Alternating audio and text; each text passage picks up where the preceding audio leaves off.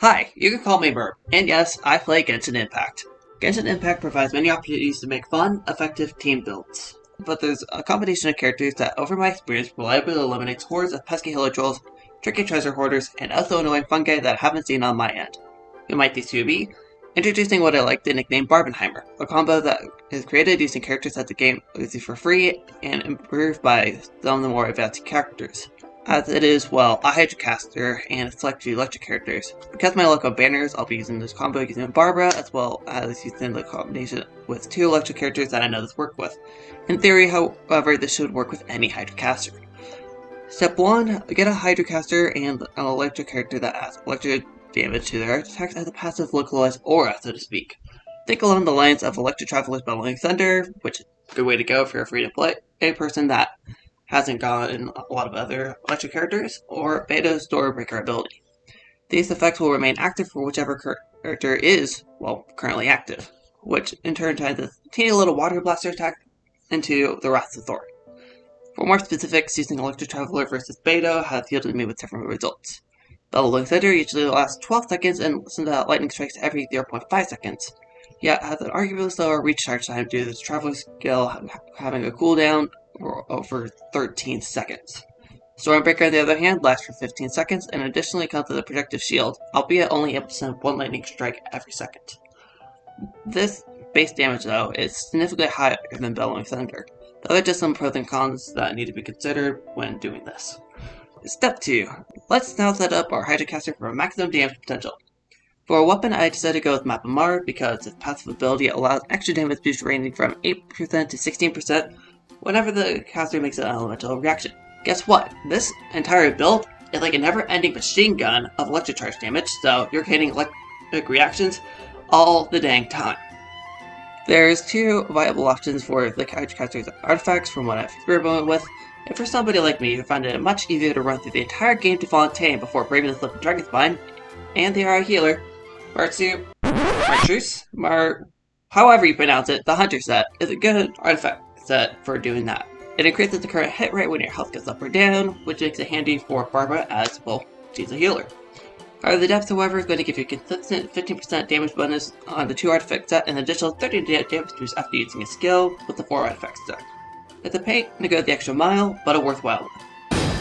That's gonna hurt in the morning! What sets are we looking for these artifacts? Hydro damage boost, ATK percentage, HP percentage if it's a must, or whichever things help your particular Hydrocaster the most. Of course, gold artifacts hold the best stats, but in the limited time I had, this is what I came up with. Step 3, time for our electric character's build. The only thing that, from what I've experimented, that matters is how fast the character generates energy, so it's technically the Hydro character dealing the damage.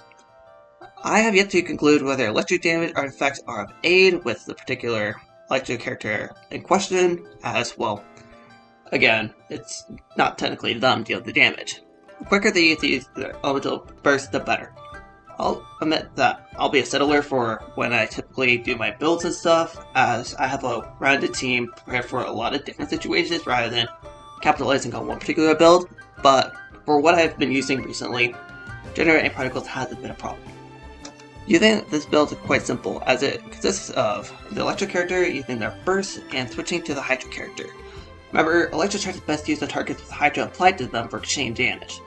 If one is near a body of water, use it to your advantage. Otherwise, what I tend to use is Barbara's charge attack just as often as a regular attack to create wider as a Hydro effects, or utilizing her circle song by briefly running in between enemies. Remember to use your elemental skill for your artifact set, the Heart of the Depths, for maximum damage potential. So that's the build. Now let's go use this method to create the most reactive experience I can think of.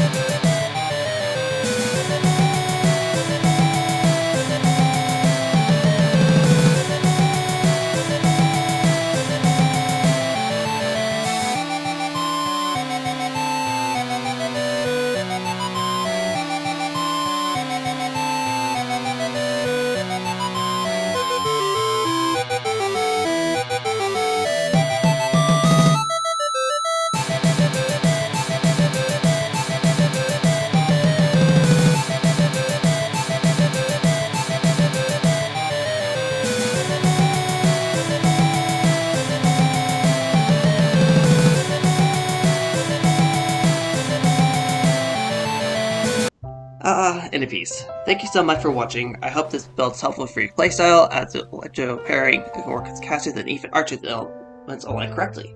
Thanks again for watching, and I hope you have a nice day.